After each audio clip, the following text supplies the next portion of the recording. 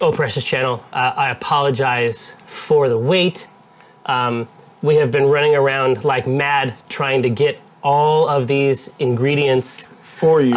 Indeed, in place. As always, we are at your service. I am Jerriford K. Holkins, your friend here on the channel. This is Acquisitions Intoxicated. To my right is Acquisitions Intoxicated Brewmaster Eric Benson.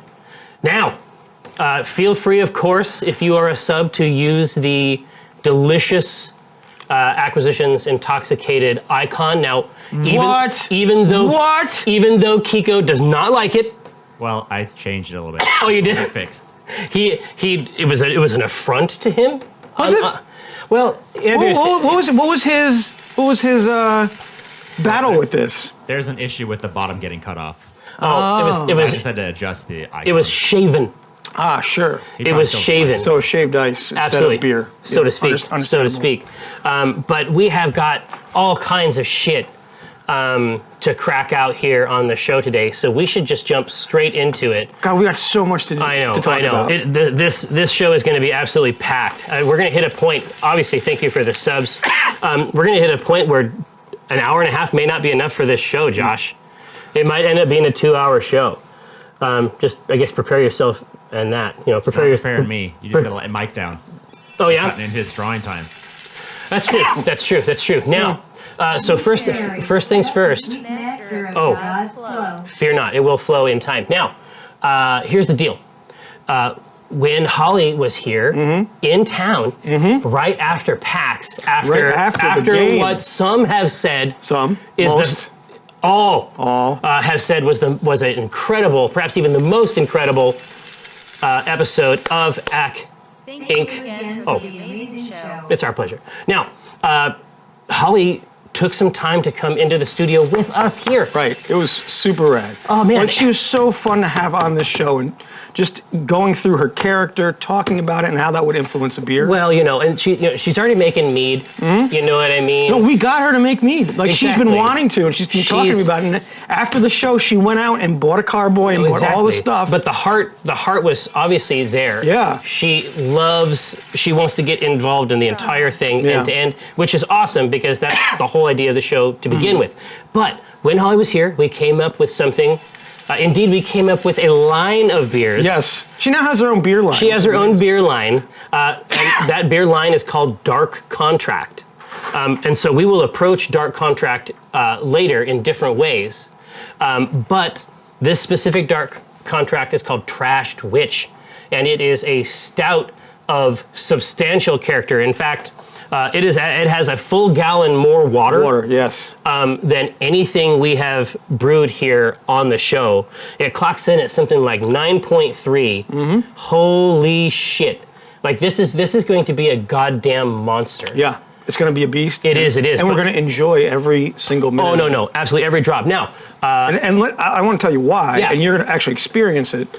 Open that grain bag. Here, and just smell. Sample this feed bag here. The grains that are in there. Well, also, it's a fatter grain bag by itself, right? Well, because there's so much more ABV, you need more grains and more sugars. No, that's not safe. Don't do this at home. Totally do it at home. No. Don't put your entire head inside the bag. No, I did take a long rest, friend. Now, this smells incredible. It's amazing, right? Exactly. So this is a smell we have yet. It's new. To smell? This is a stench, an odor, if you will. Now, here's what you should do. So while I'm dumping in this son of a bitch, sure. Let's go through the grain bill. Go through the grain bill because it is unique in a couple key ways from the previous stuff. Yeah, right? we did a lot of interesting stuff with this, especially because it was in conjunction with Holly and our chat in the stream. Exactly. Now, when we look at a normal stout, every brewer knows, okay, a stout is 90% pale, 10% roasted barley. There's the recipe. It's ritualized. That's the traditional recipe. Yeah. We went and we took the same kind of tact, but we put our own spin on it. We added a little bit different types of grains to give it a little bit more of a funky taste. Exactly, but there's also that story. Yes. I mean, the main thing is that this is something that Strix in these woods around Barovia would find. Buries from time to time, forgets that she has done so, and then returns to it more or less potable. Right. Right. And, you know, what I love about our chat and their selections is they're always a little bit ready to be daring. Well, they're not standard. No. Right?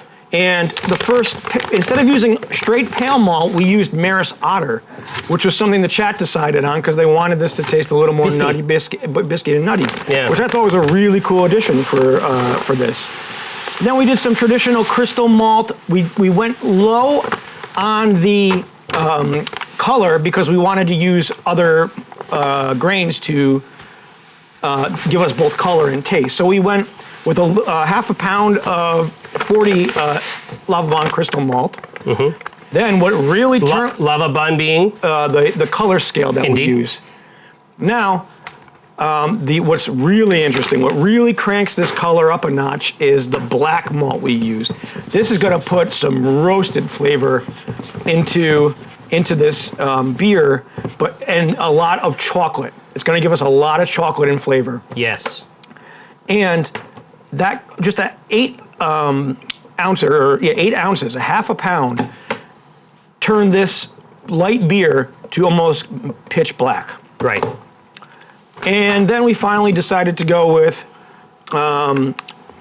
special B malt to give us a superb extreme taste of caramel. Extreme caramel. Extreme caramel. It's an extreme caramel experience. But also, I mean, you've been trying to push special B since day one. Now, it's absolutely delicious. Yeah, but what is it about it? I mean, it's a curatorial selection. Yeah. But why have you been trying to push this special B agenda?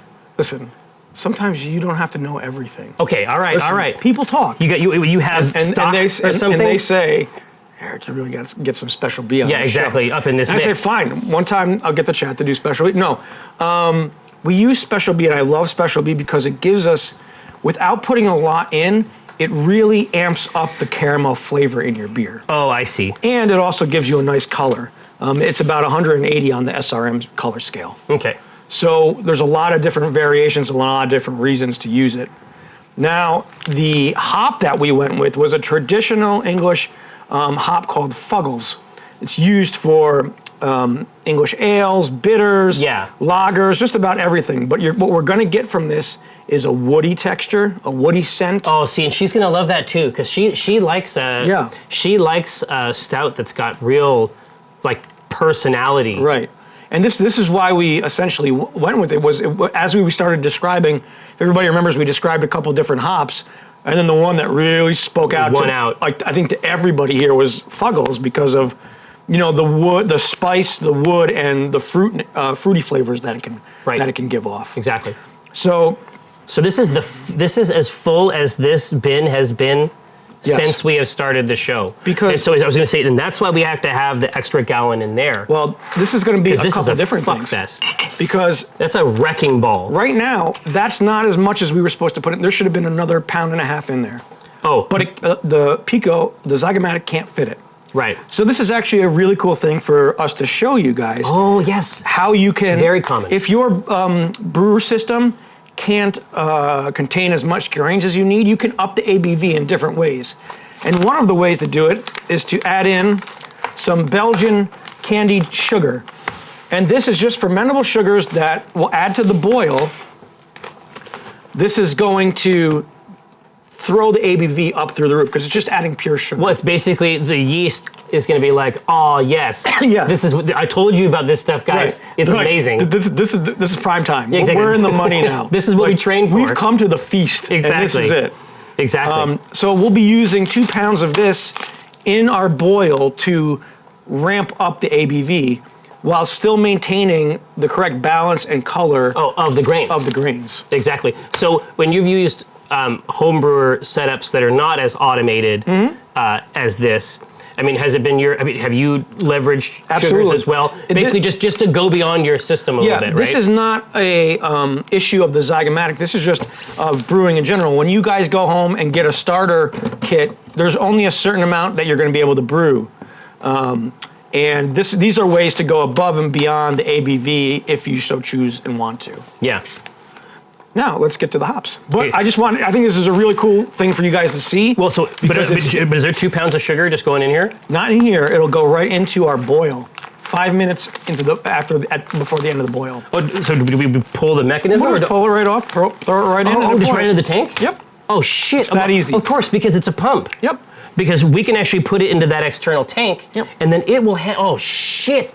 Yeah. Dude, that's going to be fucking syrup. Nice. Oh, man. And it's just going to ferment and ferment and ferment. Exactly. So when I roll down there tomorrow, it's going to be going fucking It's going to look like a gangbusters machine gun coming out of that. Yeah, yeah. So, airlock. so in terms of the ounces for these, Now this is cool. when does it happen? Is it one at every stage? No. So the way we'll explain a little bit how the pico works. Yeah. In this recipe, we put in 2 ounces of Fuggles at 60 minutes, which gives us about 42 IBUs, and then another 2 ounces at 30 minutes, which is going to give us another 32 IBUs. Yeah. So the way we're going to work this is, or actually 1.5 ounces at 30. Yeah. So the way we're going to work this is, Brainstorming. See Eric's homebrew setup in an upcoming brew. Yeah. we can bring it in and show you how to do it on a different way. It just Old takes school. The old school stuff. So what we want to do is, the most you can put in one of these pockets or one of these hop cages is 1.5 ounces.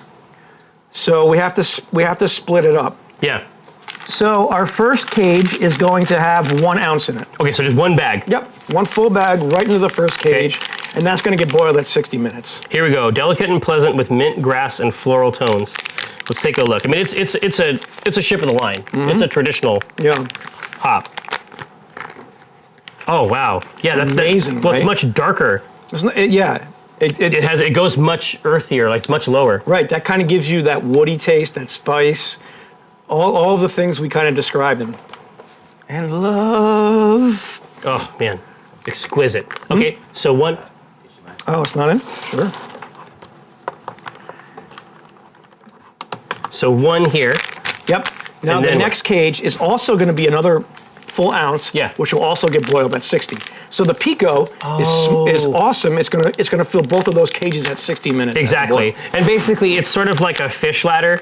You might not be able to see it from up there, but each of these cages has the wall between them is slightly higher. So once you flood this last vessel, it actually just goes down and incorporates everything previously. All right, so that's hop cage 2. Yep. Okay, so hop cage 3, Yep. we need 1.5. 1.5. 1.5. Okay. Can do.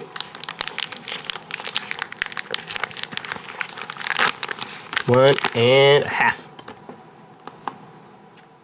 Now, last time I had a hard time with your device. Hey, listen, so, I'm not telling you how to do your business, but my devices work Well, I'm not. work properly all the time. Well, no. I'm I mean, just because your devices don't, Listen, you don't gotta fucking bring that shit into it. What I'm saying is that it's entirely possible that the War Priest, ironically, made it more difficult beat the crap out of the devices. to brew beer. Yeah. That's all I'm saying.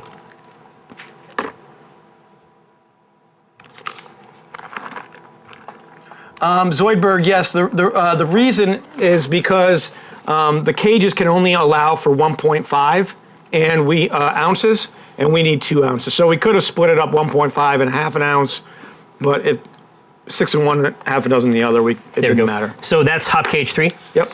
Okay. So hop cage 3 should have 1.5 ounces. Okay, so here's a half ounce, and I was putting a bag in there. You got it.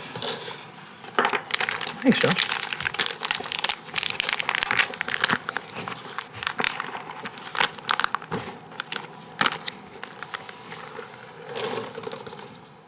Okay. Well, I think that this bad boy is ready to enter the Thunderdome.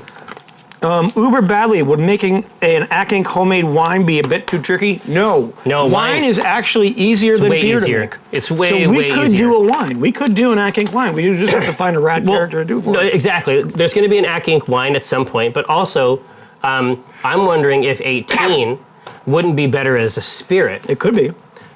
We have the ability. Which, strangely enough, we would just produce the wort exactly the same way as you've seen, and then the still cooks that down into something more potent. Wine for Donner. Yes, Ryan Hartman. Oh, it should. God, it should be. It should be. That's, of course. Like he's not going to drink beer. Well, Now, real Ryan will drink beer. Yeah, but Dinar, no way. But also, real Ryan drinks a lot of wine. Like he's a wine buff. He is an enthusiast. There's So- other words for people who like wine as much as he does.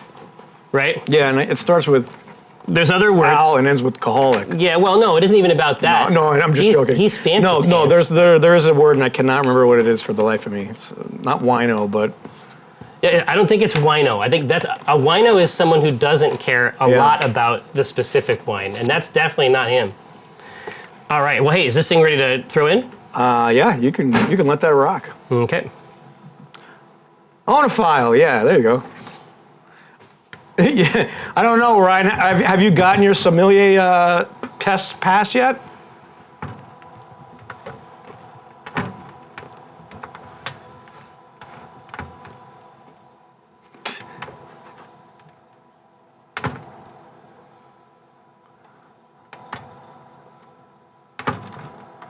No, if you're not a sommelier, if you're not actually a tested sommelier, there is another word for being a wine lover. Oh, really? Yep. It's not winophile? You could be. I think it's Vinophile? onophile. Onophile? It's some kind of file. Onophile. Onophile. Yes.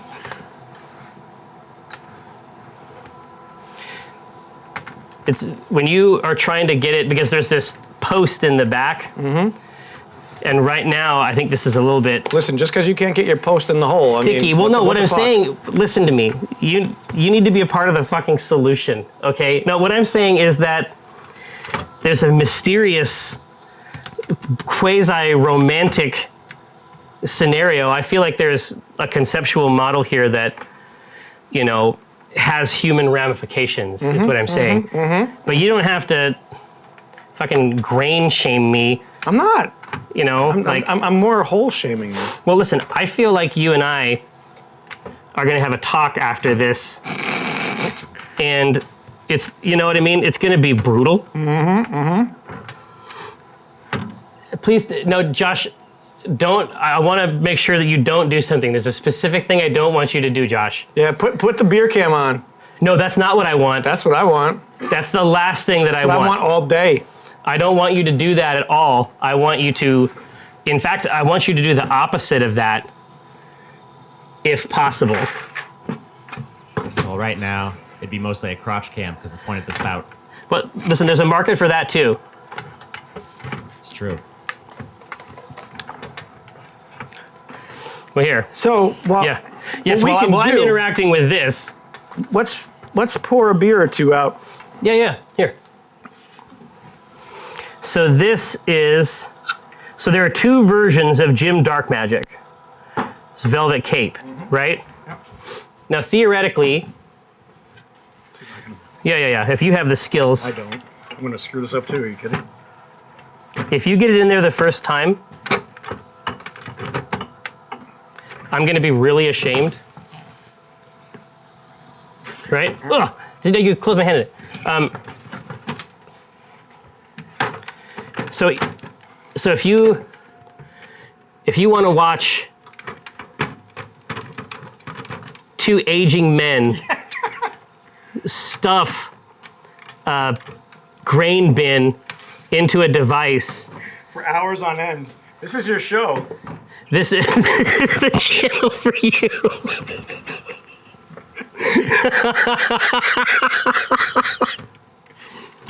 Here. So you come over here and you sit over here. You have made this worse. You come over here, we'll drink this, and then let's see if this doesn't give us the strength Strength and the power. and the vigor that we need. So let's see, what's the best cam for this beverage, Josh? Look at that. Yeah, switch cam. Right? Ho ho. Grain bin 2. Grain? No, that's not it. That's not it. Hey, so Kill Me King, War Priest is actually ready to drink. In fact, What are you talking about? War Priest is gone. exactly, War Priest, 6 gallons of War Priest is completely gone. We had a taste of it. If you want to catch the last episode, grab that on the YouTubes or on the Twitch VOD. But War Priest, I think, was a resounding success. We're talking about a situation where our engineer, who does not drink, was drawn to it like a moth to the flame. Do not put candy in the boil, says a bear with Parkinson's. Is that true? Mm-mm. Is there going to be an argument? No. On stream? No. No. But basically, here's the situation. Now that we've started to tap the brews, we're going to put them up. We're going to put the recipes up and available for you to grab. But we want to try them before we actually put the recipe out. But here's the crazy thing. So there's actually two versions of Jim's Velvet Cape. There is the version that you made at home and the version that we have in front of us. And the main distinction between them is that you added a traditional Bavarian yeast, which is like the classic German style. Right. Right? The one that we came up with, avec the channel, is different because it includes a Belgian yeast. Yep. And so a Belgian yeast, having the sort of wild origins, has a bunch of other flavor characteristics that are really strange. Generally speaking, just like not strange bad necessarily, No. but they're not standard traditional tastes. Generally speaking, clove and bubblegum and like fruits. That's not Fruits from the that's vine. not exactly, that's not the baseline expectation. But when we were out in the woods, Jim's Velvet Cape went like wildfire. Like it was gone in an hour. Yeah. 3 gallons of it were completely obliterated in no time. And it happened because something strange happened in there. And so that's why I'm glad that the version we came up with the stream, which is a bolder, it's a more unique product. The version that we came up with, the version that you came up with at home is more standard, but it did not taste standard at all. That the hops that we used was real. We sat there and we're like, oh, this has a spice to the back end. Exactly. And the only place that could have given that spice was with the Tetneg hops. Exactly, because the bill is exactly the same. Right. And so what you find if you use a lot of traditional spices in beers, like we're coming upon a dark time of year, not only literally because of fall, but also figuratively, because a lot of places will think that it's time to do their pumpkin beer, which is basically a kind of gross nutmeg tea. And then if you actually are incorporating, you have to be really careful with spices because they just build up on your tongue. Right. And they never abate. So it's like some hot sauces where it never goes down. Right. It just kind of slowly scales up. Yeah. Dave got me the spicy 2 times noodles. The what? Yeah. Oh, yeah. And that continued to go up this way, right? So consider that distinction. Because of the Tet hops in this like mild, approachable beer, Right. it was like its true nature. It was like its final form. Right. It was stunning. Yeah, It was, because it's usually going to be hanging out with a bunch of other flavors. Right. Because it was a simple brew, the Tet coming in on the back gave it spice tastes without having literal spice. literally spice. Yeah. Not Right. adding mulling spices or anything to it. Exactly. But So- if you look at this, cheers, the color came out absolutely perfect, just like we wanted it to. Well, this is like that caramel you get. Yeah. Like if you go to the store and like buy the Smucker's caramel, like for hot caramel sundae. And this was the exact head retention. I mean, you guys can see how long ago we poured this, and there's still head retention on the top Exactly. of this. Which was a stratagem. Yeah. Like it was something that That's we something wanted to do yeah. for this exact product. Right. So like I say, I've had the standard one. It was very good. Let's give Jim a try. Velvet Cape.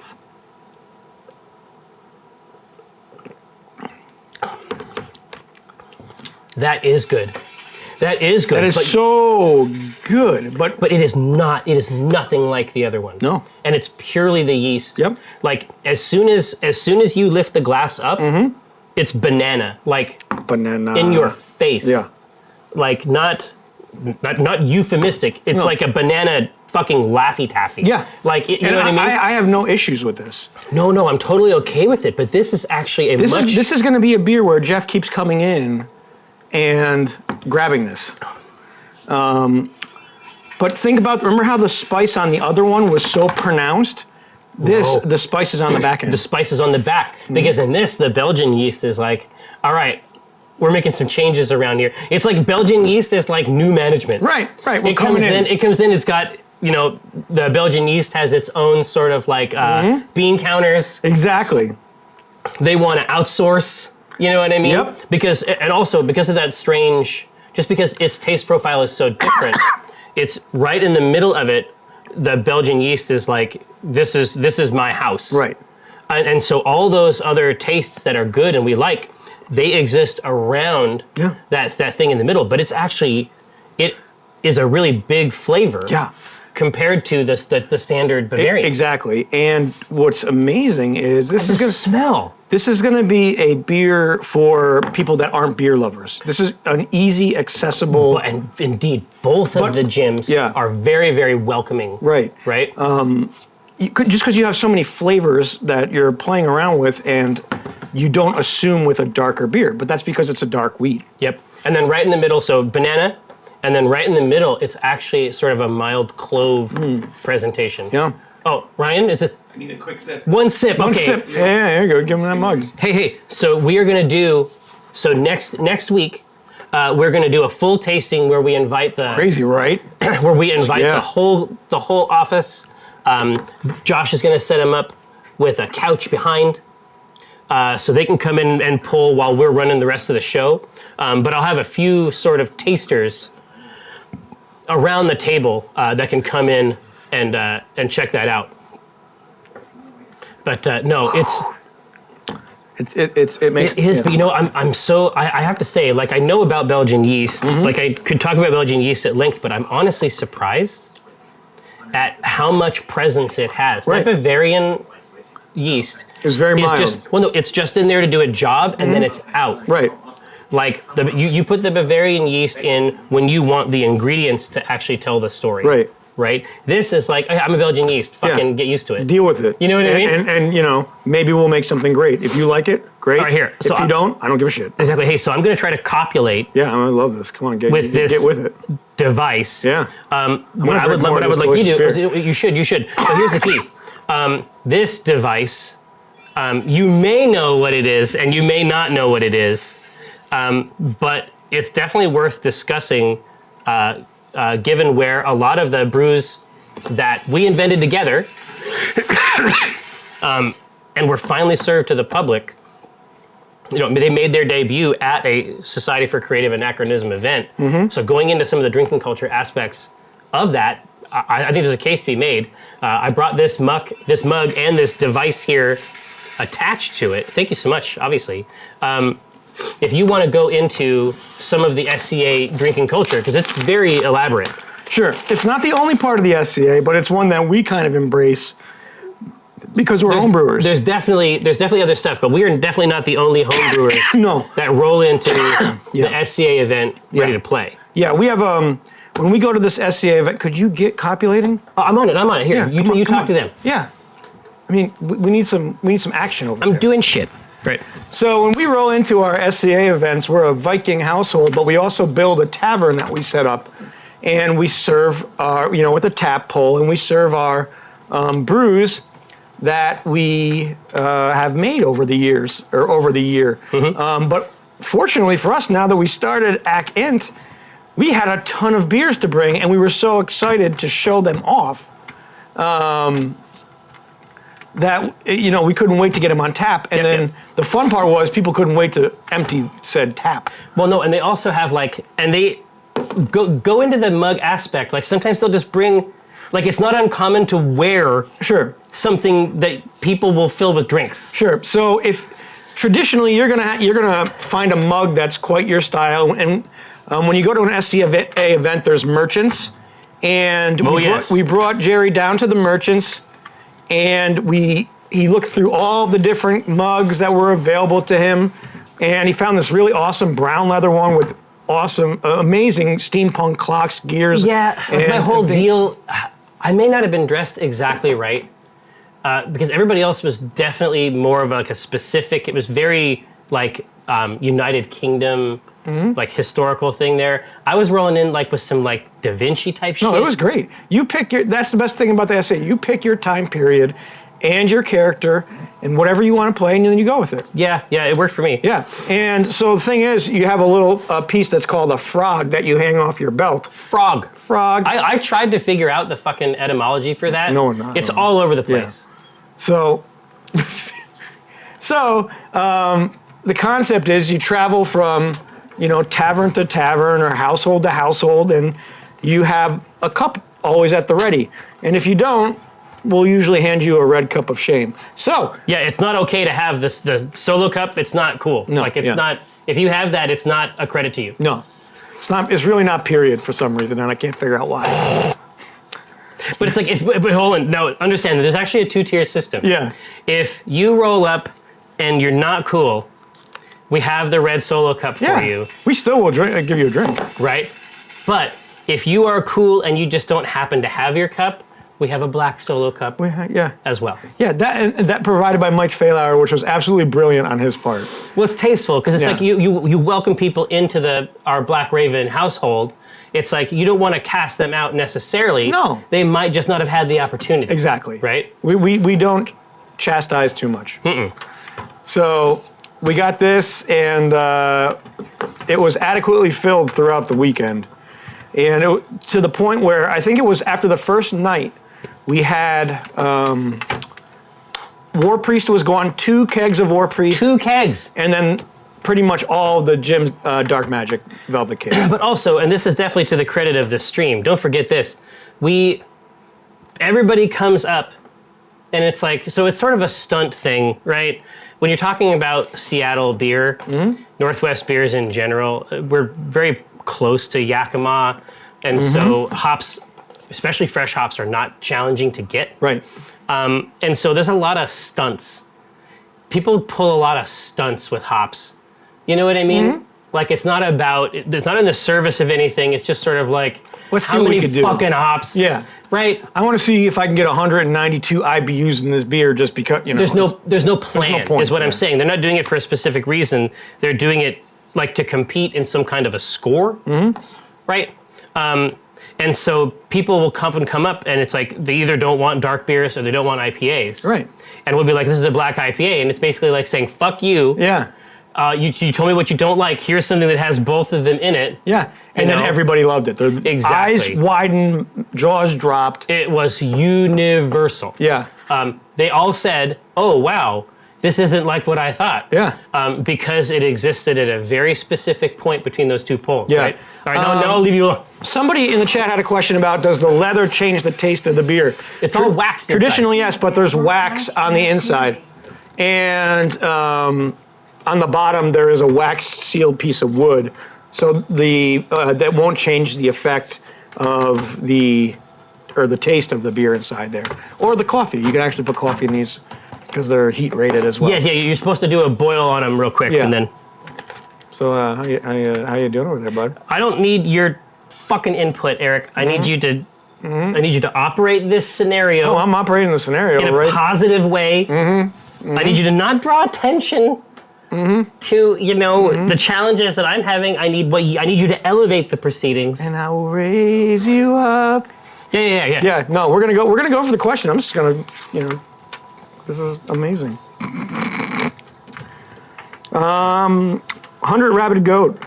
Before the episode, I assumed the Pico was the be-all and end-all for home brewing. However, seeing this week's episode, it looks like stout might be too much for the Pico. Is there a best type of beer the Pico excels at? Yep. So the Pico is not the be-all and end-all of brewing.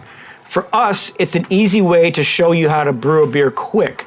But there's lots of ways. There's so many ways to do it. You can make it in a kettle. I mean, Yeah. I started out 15 years ago with a plastic bucket, and that's pretty much how you can go to any beer shop. It's $100 and you get the full setup, and it's $100, and then you have your plastic bucket. And then you'll become addicted, like I did, to brewing beer, and you'll go to a glass carboy. Maybe you'll pick up some steel conical fermenters, and then you realize you spent a lot of money on home brewing. which is great. Exactly. But what does it excel at? The Pico? Yeah. Everything. Right. Like, I love the Pico brew to no end. When you were doing a full grain, all grain brew, there's a lot of setup, there's a lot of different equipment that you have to put up or put together. The Pico condenses it down and really lets you do this at the push of a button. So yes, sometimes you can't get a high ABV beer, but there's ways around it. Like you've just seen, we'll add the sugars. There's all different ways to get where you want to go. Yeah, the bigger problem is actually just getting the grain basket in. Once you're able to do that. Yeah, once you do that, you're fine. Have these recipes been added to Beersmith for us to download? No, they have not yet, but we're getting them over to our techno wizard Buland, and he's going to get them up on the website. You'll be able to get I'm going to put it up as both a Beersmith recipe and a spreadsheet. So if you're not using Beersmith, you can still do it. That's a classic thing, right? Yeah. Yeah. Just so if you don't have Beersmith, you can do so. Do you think about fermenting at different temperatures to accentuate clove instead of banana? That's a really good question. So if you really want to get technical about fermenting, you want to start your fermentation at about 67 degrees, and then you'll reach 71 by the time you hit your terminal gravity. So that's a way to look at temperature and fermentation. So how do you? I'm fucking exhausted. Finally. No, you know what it So did? a question from Guy Smiley. What's Jerry's current body temperature now? Hot. Yeah. Hot. No, here's the key. Dude, oh man, do you have your phone? Yeah. Here, I'm gonna send Holly a picture of the front, so she can see it getting underway. Right?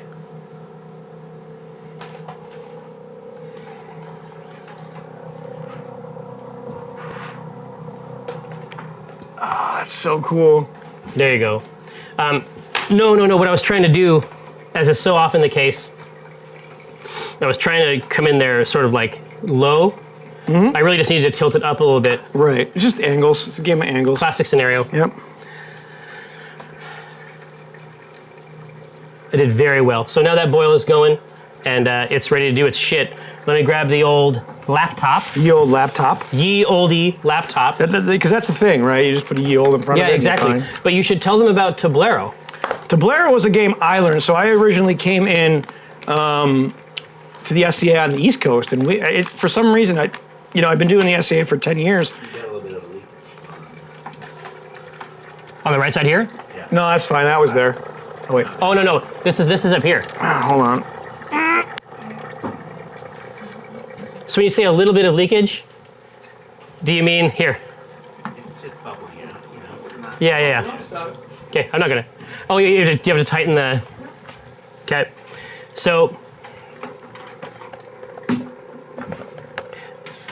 he came out of the East Coast version of the SCA, and so even though there's one big SCA, there is a bunch of different kingdoms. There's a bunch of different kingdoms that exist inside that continuum, right? And so, is that all it took? Yep. There's a little seal. Oh, sorry, because you actually replaced a bunch of the stuff. Mm-hmm. You replaced a bunch of the cables on there. Yep. Yeah. You'll notice, guys, as you start to brew, your equipment breaks down. You have to buy new pieces. It's traditional. I have bins of stuff, just replacement parts, in case needed. Well, and stuff gets used. Yeah, I suspect that it's sort of like being another type of nerd. Yeah. Right? Yeah. Where if you roll in, especially like an audio, and tell me about this, Josh. How much? Do you have a mic? Yep. So how much audio shit do you have? Like how many adapters, cables, pedals? Right.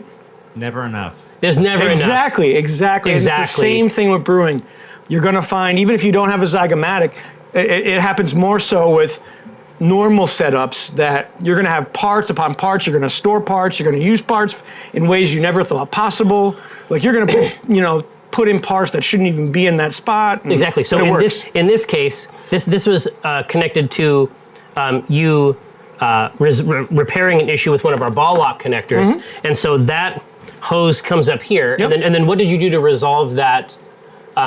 What did you do to resolve that leak that was at the top of it? So when you have in your hoses, if you have the tiniest of air, air pockets, it could cause a leak. So you just tighten stuff up. That's usually that's like one of the easiest things or ways to solve any brewing problem is just tighten it up. Yeah, exactly. Oddly enough. Exactly. And so we've done, between the show and at home, and then my previous experience, that's been maybe 14 brews. Yeah. And then you just now had to tighten something. And that just goes to show I know I keep praising the Pico brew, but I'm so excited about this machine. The reason is because it saves you time. Yeah. You basically get to brew more. Right. There's ceilings Right. on this stuff. Right. There's always going to be a thing where, you want to do it, you want to make it by hand in a larger system. Sure. But This at the enthusiast level, Yeah. right? It's like this is the Baymore. Yeah. If you're into coffee roasting, you're going to start with something smaller.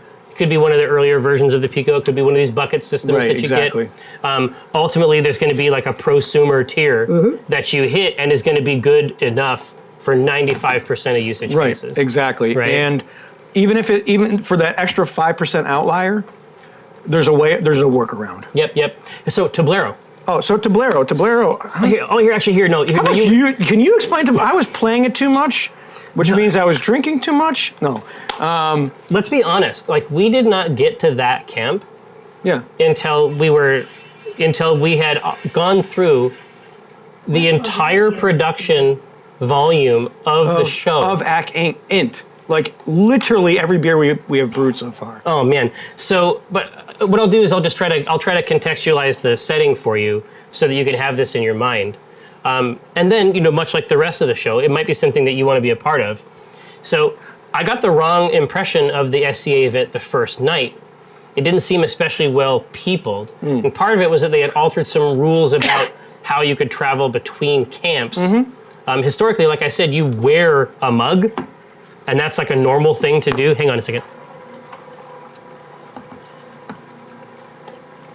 Now, historically, you wear a mug around, but another group, not an SCA group, had come in and they'd created a bunch of problems previously, and so then the Liquor Control Board had come in Yeah. So and we screwed up the culture. Yeah, so we just had to, reserve ourselves a little more, not walk between camps with our mugs full of ale. Just fill them up when we got there. Yeah. But we're parked over. This is sort of where your house does their thing. Incredible, right by the river. Fiore, the underage thing, that was a huge part of what they were trying to lock down on. In fact, those signs were everywhere. So get a load of this. We wrote the next episodes of the C Team literally on the river with our mugs literally sitting out on rocks in the middle of a river. It was the coolest thing. Like, it was funny because you're like, hey, you want to go? It's Saturday night. You want to go write the C Team? And I'm like, yeah. And then it was kind of like we both looked over at the same time. And like, there's a river with giant rocks. We're gonna sit in there. We're gonna do this, and it's gonna be banging off the hook. So to say you wrote a D&D adventure dressed in period garb, sitting on rocks in a running river while drinking a beer. I mean, exactly. So does life get better? I don't know. It was pretty amazing. So, but our whole deal, we were situated up on this hill. Walk down to the river. We have a beautiful campsite, but this campsite is maybe a 10-minute walk from what you guys have told me about. Right. And then by the time you get over there, it's a completely other universe. Oh yeah. Right? It's dense. Oh These yeah. camps, it isn't like a campsite. Like, we're basically at a campsite and they're at a campground. Yeah. House by house, just right next to each other. Yep. Right? But then some people, when they open up a tent and they do something for their house, it's themed. Oh, like yeah. Tempo Caffeina. Yep. All about coffee. Right? So they serve coffee till 2 a.m. They serve coffee all weekend. And that's sort of what their house does. And then you spend money there. Yep. You keep the place going. But right next to that, my buddy Patrick, he runs the Fiddle and Flagon. Fiddle and Flagon, exactly another bar, and he plays the fiddles. So whenever we walk into the bar, He's a really good friend. We sit down. He starts playing the fiddle for us, and there's drinking bar games on the table. Bar games on the table, but then like classic medieval games. Classic medieval games. Are being And played. then Tablero, which is sort of, it's an SCA game. It's like an SCA event game that has a drinking component. So it's, imagine like a checkerboard. Their version had 7 across. It's 6 by 7. Yeah, there we 6 go. down, 7 across. Exactly. So while you're playing, each of your pieces is basically a tiny cup that can hold beer, A little bit of beer. or liquor. So you get 2 beers on each side. Exactly. Your object is to drain the other person's beer. Exactly. And you do that by making all of these pieces line up on this board. Six of the 7 cups have to line up in a straight line, Exactly. and then they're drunk, and then you refill the beer. Exactly. So think about the beer itself as like your life counter, right? So it was really, really interesting. Yeah. To watch that. But basically you were being taught by this super cool lady Yeah. who is like a teacher somewhere in Seattle, which in terms, it's in SCA terms is called Madrone. And Madrone has a reputation for being from Seattle, I mean, for lack of a better term, For being Seattle-ish. for being Seattle-ish in their way. Yep. But essentially, so you guys just competed back and forth lining these up. Fury. Yes. Tablero. It usually is not beer. Usually it's shots, and that is like tablado. Yeah, exactly. So here's how it works, right? Is that tablado is the version you play with the hard liquor. Yeah. But there's, the SCA just isn't drinking alone. There's something for everybody. There's fighting. If you want to put on armor, get some rattan, you can fight. There's shooting arrows. Faye has a pretty significant reputation as a rapier He is fighter. an excellent rapier fighter, and he actually won the rapier tournament this weekend. 1 point. 1 point to Gryffindor. 1 point, yeah. There's arts that happen. There's bardic competitions that happen. There's merchants, there's painting, there's something for everybody. And it's not just adults. You can bring the family to these events too. Oh, absolutely. It's just basically those two parts of the experience basically just sort of have a partition. Right. It's a cultural partition Right. more than it is a physical partition. Right. Yeah, and that's what's really neat about it is there's really something for everybody. Yep. But for us, it's, we're a home brewing household. Exactly. So we just like to serve everybody the beers we've brewed. Exactly. And so what that meant in this case was that they have what I would describe as a beautiful bar that has the CO2 system underneath it. So it's all tucked away behind, right? Now there's another way you can do it. We'll talk about it in a second. But it's a beautiful bar that they build out there. And then essentially we just hung out behind it. Yeah. And then People would stroll down. People would and we'd stroll down. come We back just in. invite them in. And the rest of the time we would play Board games. Hero Realms. Which, by most the way, part. Randy from White Wizard? White Wizard, we were talking yesterday, and I was just telling him how much I love Hero Realms and all this kicks stuff. ass. And we were playing it all day on Saturday at the SCA. He's like, Yeah. oh, it's awesome. Until midnight. Yeah, but what's even cooler is he's like, oh, well, because of AC Int, I've gotten into brewing beer. I've ordered the 2 books that we recommended, the Charlie Papazian Really? stuff.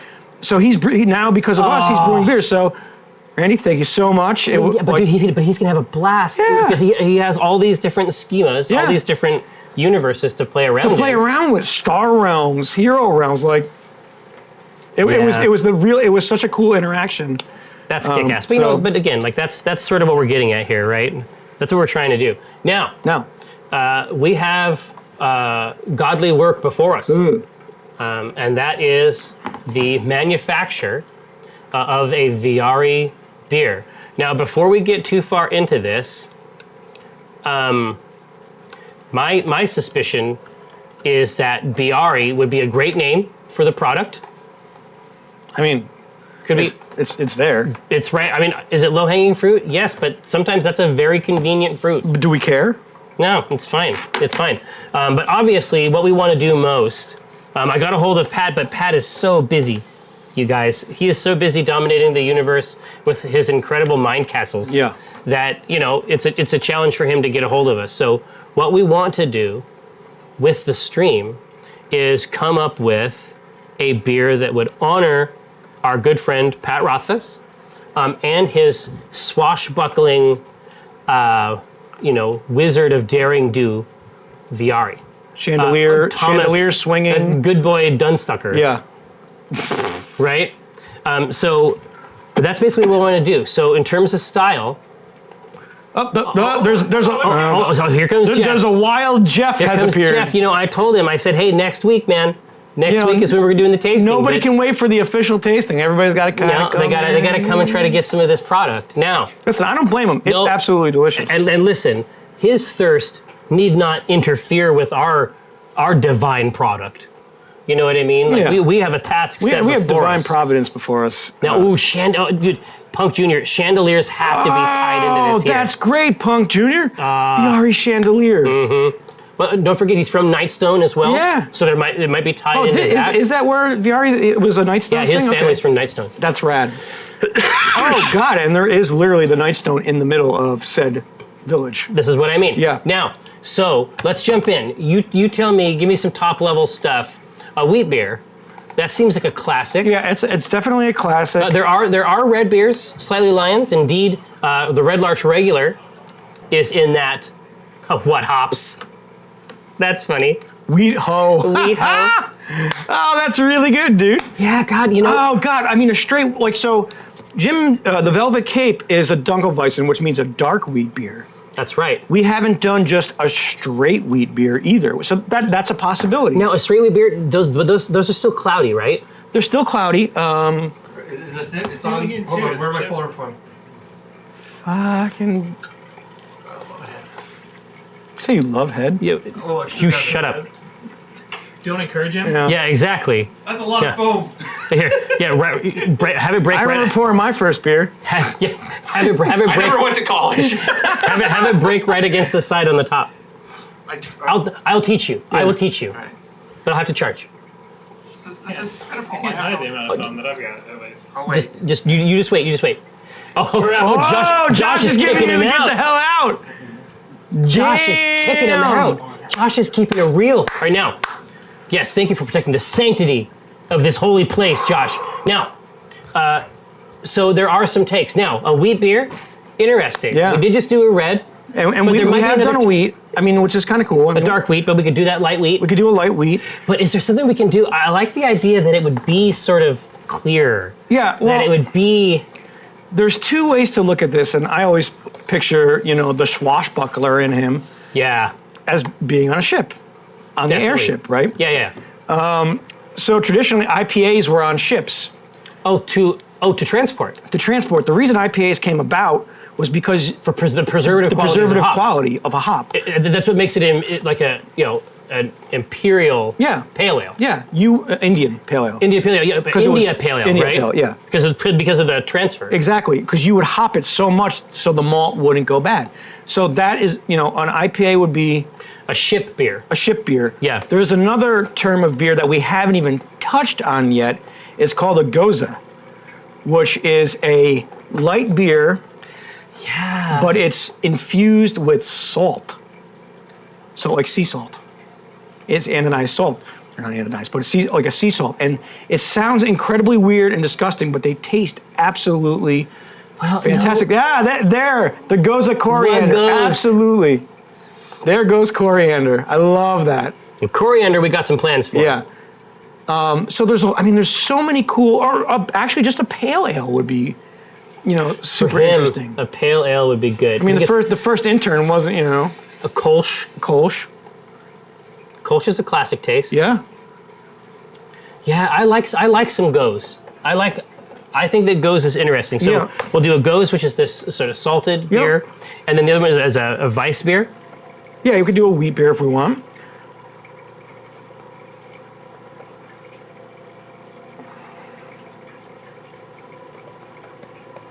And a wheat beer. Oh, Holly, Getting good. your grains. It's starting to go to work over here. The magic is happening. Oh, And this is just the first part. oh no, it's just This it is just the protein water. rest. I know it's just the water hitting that mountain of grains in there. Now, so the goes and the wheat beer, these are good. No, do you want to throw one more in there? Yeah. Well, do we want to look at a pale ale or an IPA? I mean, we haven't done a pale or an IPA yet. Well, we did our black IPA, but we haven't done a classic IPA. A classic, crisp, clean IPA. I mean, That's true. they're fun. You can add citrus to it to fend off scurvy, as most swashbucklers would. Mm-hmm. I mean, there's a lot. I like that. The reality is that War Priest is not an IPA in its profile. No, it's not. You know. It's not a traditional IPA, and we haven't done one yet. So No, and it's a pretty classic. It's the biggest. I mean, that's the big style. yeah, 40% of the craft beer market is still IPAs, Yeah. and rightfully so. They taste great. People love them. They're a great way to introduce people to beers. You guys know Holly's in chat, right? Yep. Yeah.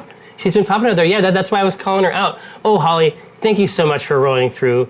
It was so much fun to have you on the show. Oh, it was I hope, really I hope we can do it again. Hopefully we can be on stage again soon. Am I saying that with the knowledge that something like that might be happening again? Maybe. Am I lying to create drama? That's possible as well. But yeah. So what do you got there, my friend? It looks, I think that you have tantalized people with this Goes. Well, it's a fascinating beer. But there's often an herbal component to a Goes, right? Yeah, well, it's a fruit. Essentially, it's a tart. It's tart because of the salt, Yeah. and it's a fruity wheat. So it's essentially a wheat ale that's tart. Huh. So is it tart? It can't just be tart because of the salt. Is it also in the sour continuum? No, you're not going to be souring it like a normal sour. Yeah. But let me see here. You're essentially not to jump on Coriander's back, Yeah. but you would kind of a lot of the times you put coriander in there, just to add that flavor. But we could use some other ingredients Another like spice. lemon bitters, orange bitters, which Ooh, would be now neat to put that in. would be interesting. Like just straight orange bitters. I feel like that could be really, really fun.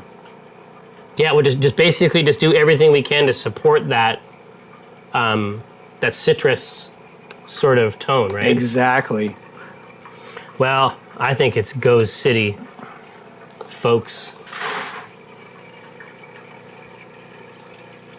Every time the ice in this chest I know. falls down, I'm like, yeah. I don't know if something is collapsing over here or what. Oh, Holly! But check out the color on the bottom of that, just so everybody can see this. Yeah, it's just hitting now. We are literally still in the protein rest phase, which on our other There's beers, no color, right? it was a light color. Yeah. But with this, the color's already dark. Yeah. Now wait till you get to our first mash in. That color is going to get even darker and darker and darker until we were ready to boil. Exactly. Which is just it's exactly, fantastic. exactly. And then at that point, the dark contract, will nearly be complete. Yeah. So let's talk about these Goses, my friend. So Goses were originally made in the Middle Ages, and essentially they're known because they were from a town that was on the Goza River. So that's essentially where they've come from. Yeah. And it's brewed primarily. Let me get to a new recipe. Yeah. Primarily, it's made of Pilsner and wheat malt. Okay. So you don't have to add. This is going to be one of those beers where we don't have to add a lot of extra character or flavor to. We're just going to really just add some basic malts and let our hops and salt let the salt do the additives work. Yeah. Take center stage. Anything goes. I like that. What goes also is definitely high tier, and then obviously keep those working, because when we start rolling through at the end, we'll be coming back for some of those great names.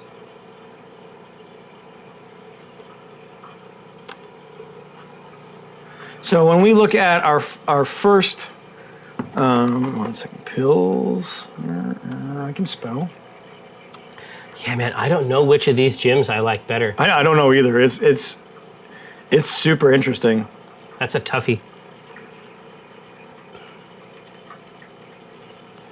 So it could be that grains are not really It could be, so the grains aren't going to be where this one stands out, really. No. It's going to be a lot of the salt that we put in, the hops that we use. This could be a really interesting. We have not used Citra hops yet. Which, okay, so it's But, like, yeah, let's talk about this a little bit. I just want to apologize ahead of time. This is a hop that we get excited about. Now, this is a plant, and then we start thinking about that we Citra literally hops. we literally It's like, get excited over a plant. Citra, like we go over to Stoop. like Yeah, exactly. We'll head over to Stoop. meerkat, right? Like, Yeah, exactly. Stoop over by Lucky Envelope and Rubens. If you're rolling through for PAX next year for PAX West, we should put up our C Team route. You can follow the same route we do because it's only with good traffic. It's only maybe 10 minutes north of there. Yeah. But they have one that's based on Citra. There's Fremont from their farm to ferment line. They have a Citra in that is just out of this world. I agree. Right? Yeah, but with the salt and the citrus, that could be very novel indeed. So, the question is, what percentages do we want to use? Because we're going to use Pilsner malt and wheat malt. That's a given. Yeah. Now, Pilsner malt is going to be the more crisp, clean, clearer malt that we use. The I can talk. The wheat malt is going to give us a little bit more cream to the beer, a creamier flavor. This is about texture. Yeah, texture, and it's obviously going to give us that wheat taste that we always, that we're looking for. So when you're thinking about this new poll, think about that. Do we want this to be? Oh, I like that salt and grapefruit. That could be very, very fun. Oh no, that's going to be out of fucking control. We could add and grapefruit the reality is zest. that it's exactly grapefruit zest, but also Citra is going to get you a lot of the way there.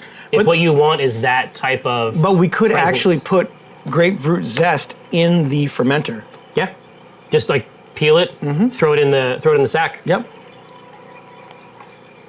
So there is the first question you got there. Yeah. What do we want more of, guys? Do we want it to be more 'Cause this is the crisp blend. and clean? Yeah, this is the blend that we've got. Yeah. Right? But which one of these do we want to edge the other one out? Look at that color. God. Do you see the color? Look at the color on the top of the Yeah. the box instead if of the it's bottom. Up here. Yeah. It's already begun to do its dark work.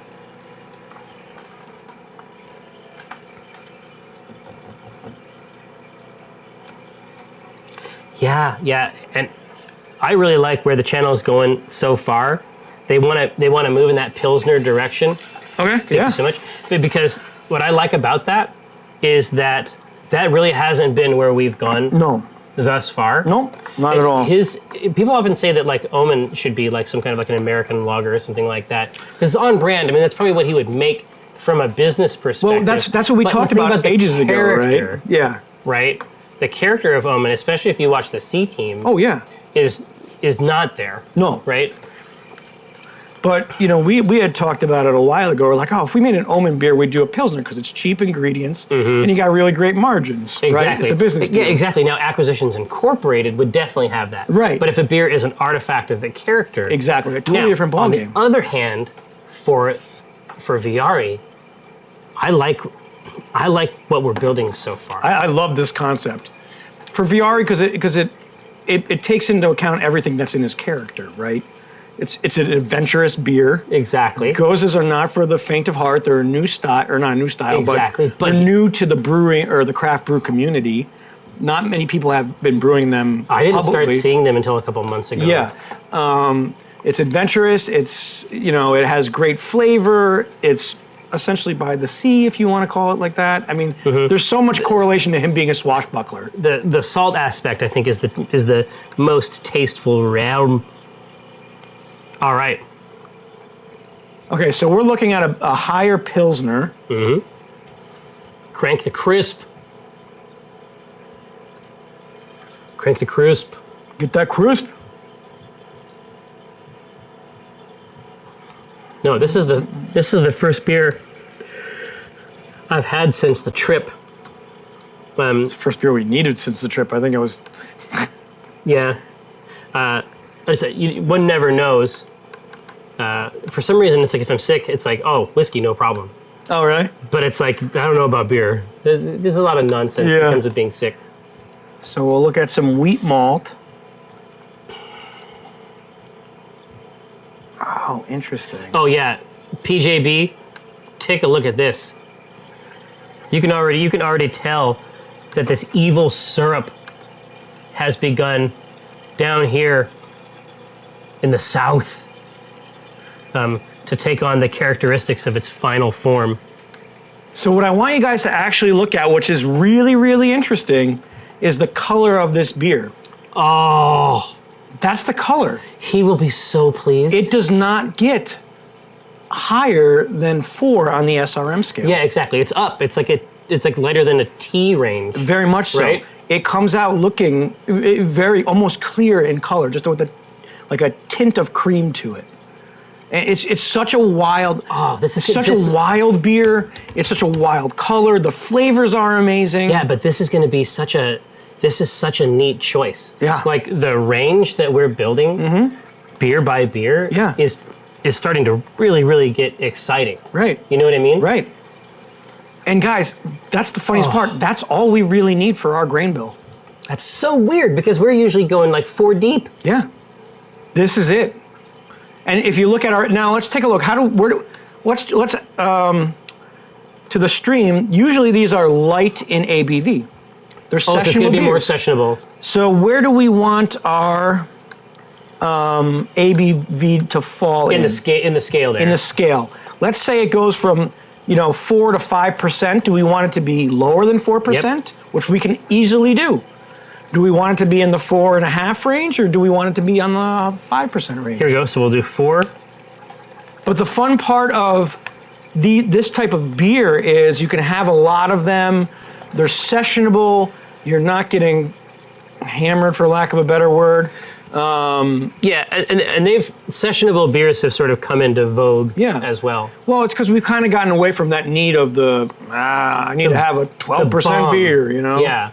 I want something that tastes exceptionally well, and then I can have 2 of or 3 of. Yeah, exactly. And like not- that was honestly like coming from here and then going down to Oz. I didn't really understand that at first. Yeah. I didn't understand because that's a big shift. It's like Sure. here, it's like we're going after like the big taster tray, Right. And then we're trying to find this like extreme experience. Like Yeah, exactly. We want whatever the mouth version of ESPN2 is, right? The Ocho, yeah. Yeah, exactly. We want to get wild in the mouth zone, the MZ. The MZ for me. And then, but people, it's like when I was down there, people would bring them to me, and I'm sort of a snob. Oh yeah. And then I was like, I have been doing this. Like I have been doing this Right. completely wrong. Like this is a beer that does not cost a lot. Yeah. That You add some Tuies, that you can right? have with your friends. Yeah. And that is its purpose. Right.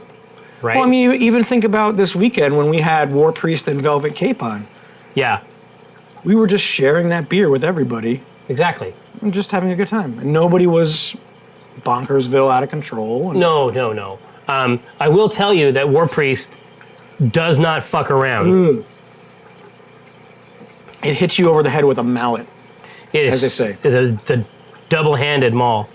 Hey, so we're looking right in the middle of the range, 4.5. Ooh, clues. That's an interesting question. Ooh, Can we that's a add great blood orange idea. to this thing for VRs? Yes. That's a we great actually idea. can. 'Cause that'll give it that little edge. It will, and I love that concept. First, let me switch. Okay, so we're right at about 4.5. Now, I think that's the next poll. Do we want to add blood orange or not? Oh, so blood orange or grapefruit? Yeah, let's say blood orange or grapefruit. Which way do we want to go?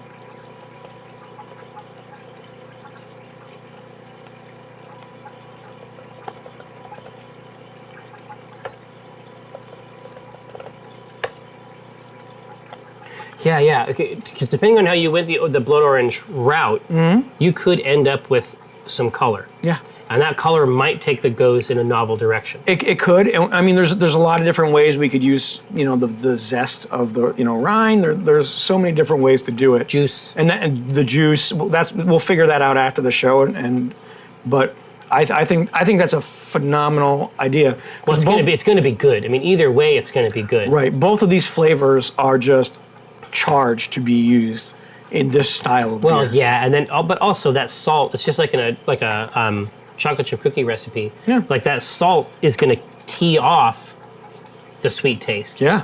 That's what actually materially happens. Exactly. No, because I was out and I was like, I got a salted caramel shake for Elliot because salted caramel is the best, and he's like, natural. gross, no.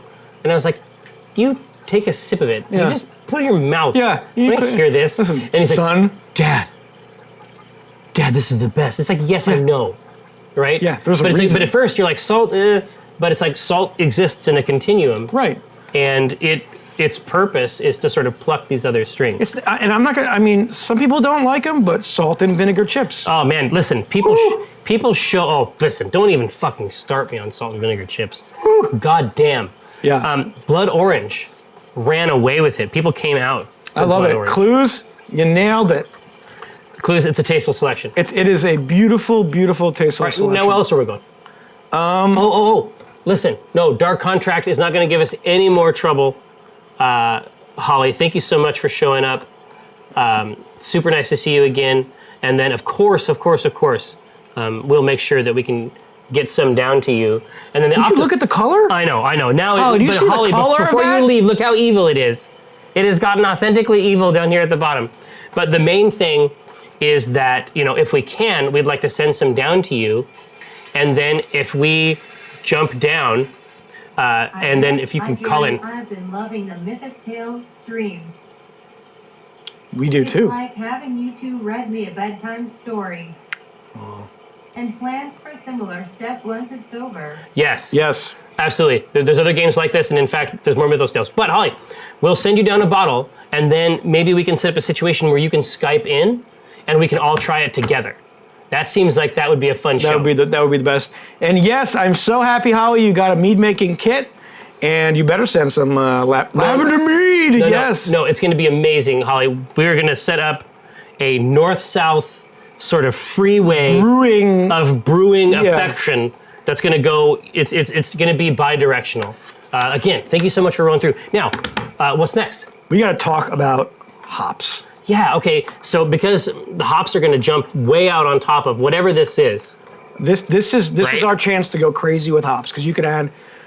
You're not really restrained by anything with this style when it comes to hops. But me being a fan of the Citra, I think it would play well with the blood oranges. Well, guaranteed. I mean, but let's not go there yet. Guaranteed. So first we got to find our bittering hop.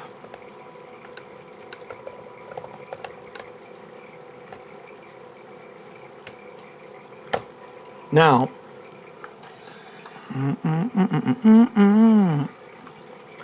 So bittering hop. Yep. Jumping in early in the boil.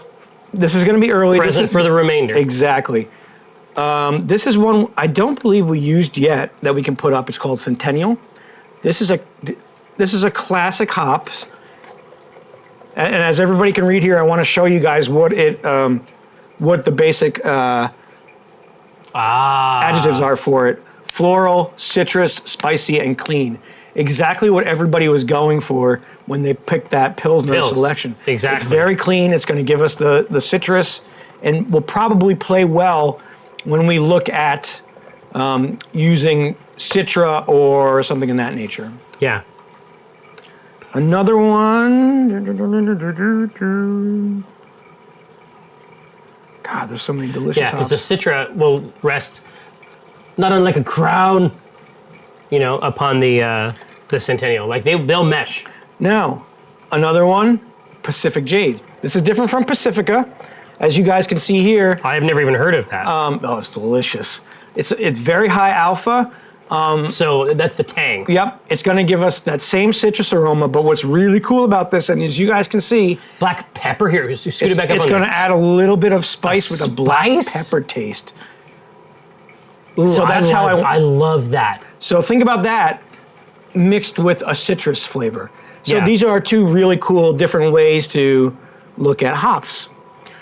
Because this is the fun, for me, this is one of the fun parts of making recipes is that we can go all over the place with the hops we choose, with the grains we choose, that are really going to complement the other flavors Dude, that listen, we're working with. Once we get this shit squared away, the party we have, At PAX, the Acquisitions Intoxicated party, yeah, it's going to be ridiculous. it's going to be legendary. Yeah. Like Child's Play, like we should be auctioning off. Like, There's no question. You should be able to get a kit. Yeah. That goes without saying.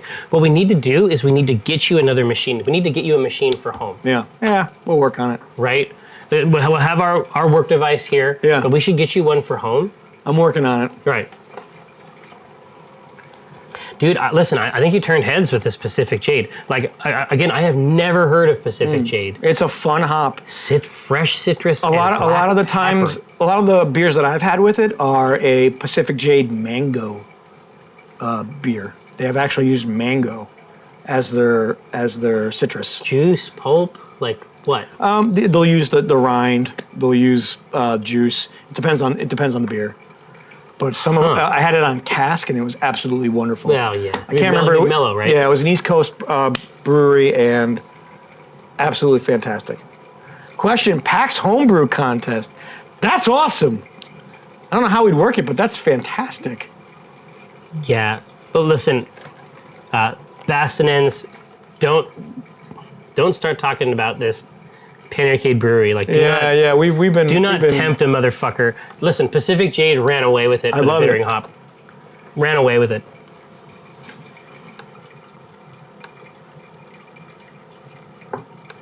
Man, I cannot wait for the fucking C team.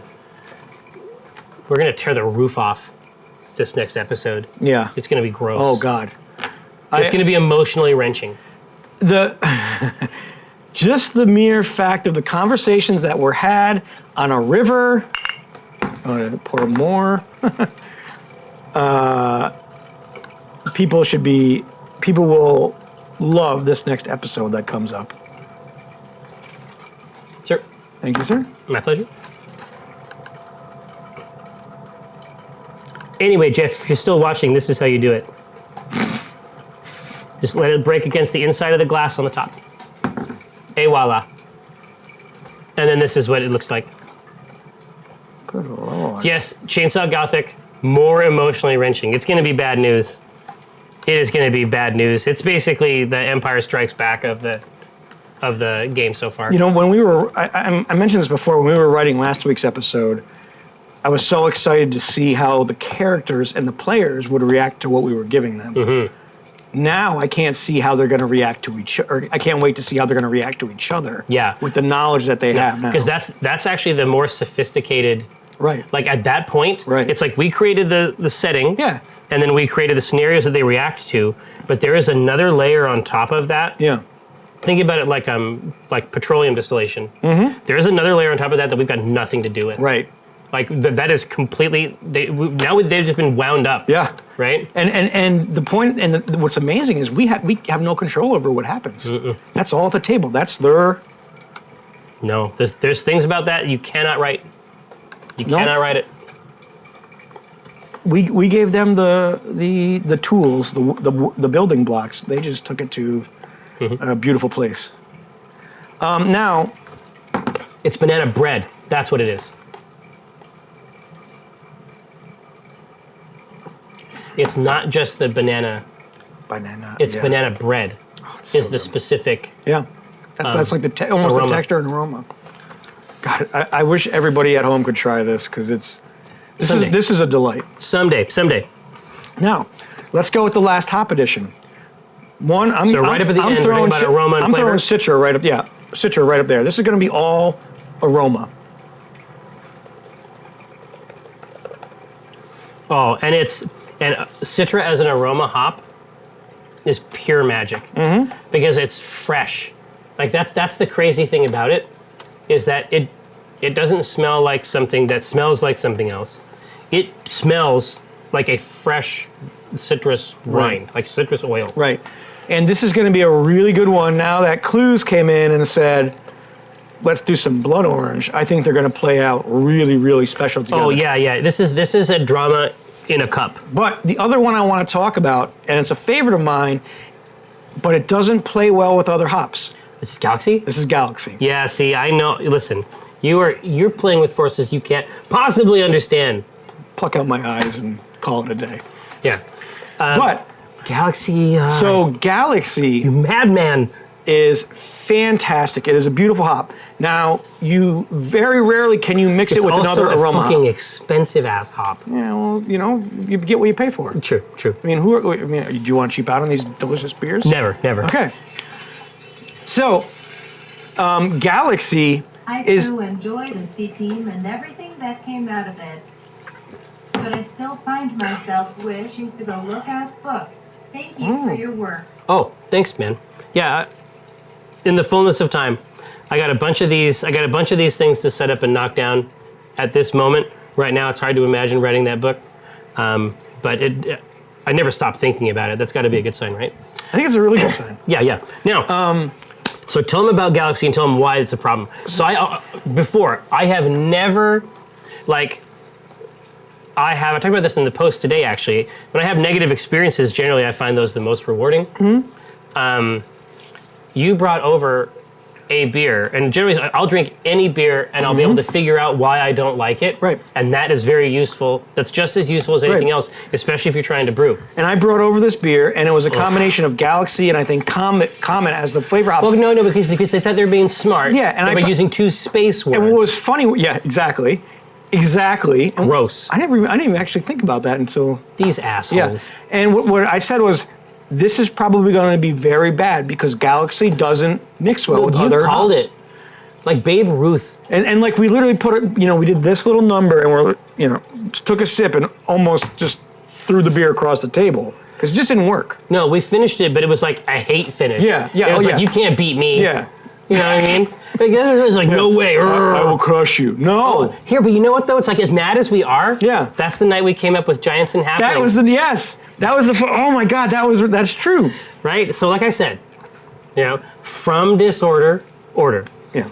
So, but Galaxy is amazing because it gives us citrus, but what's also really neat is there's passion It's fruit. low. Yeah, citrus, passion fruit, and then it has this just like wub A dub bass dub. note underneath it. Yeah. Right?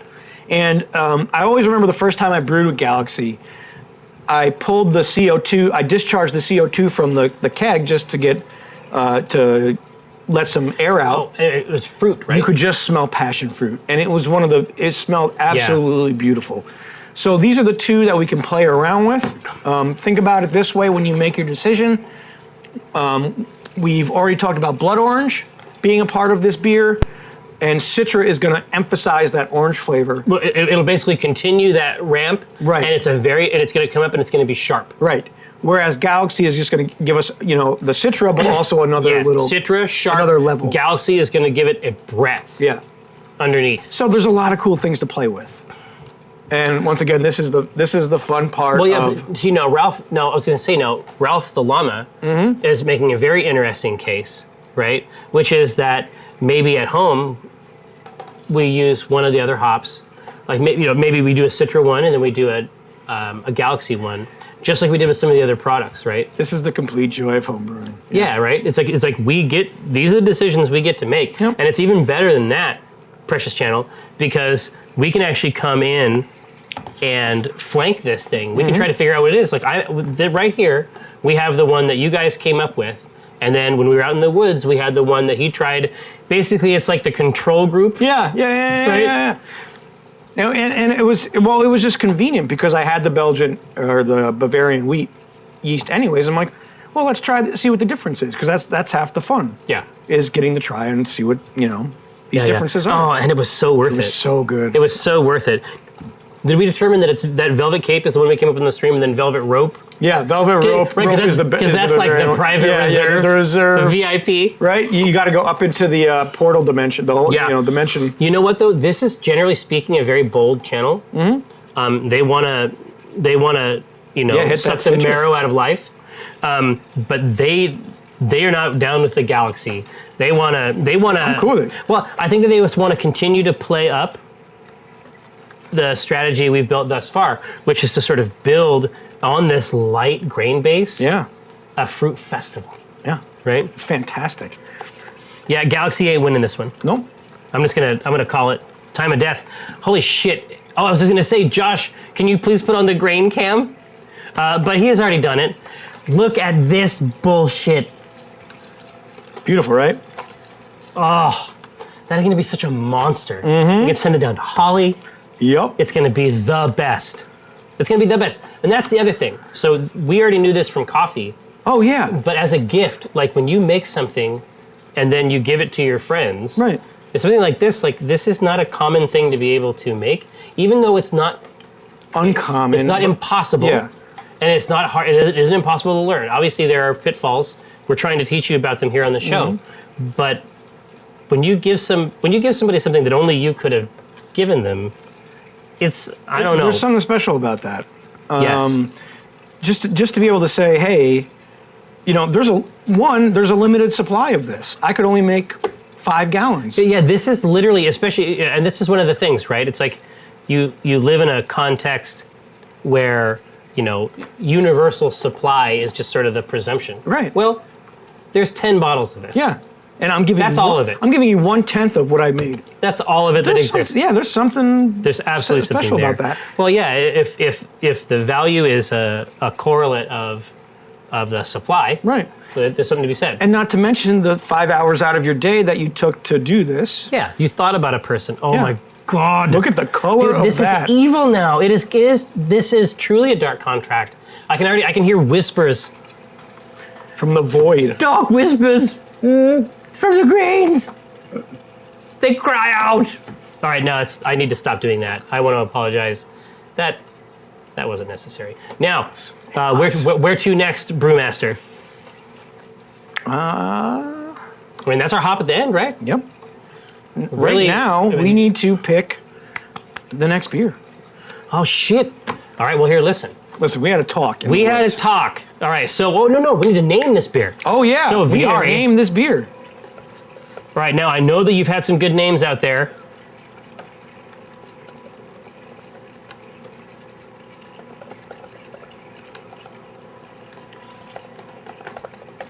I've seen some Wheat Ho.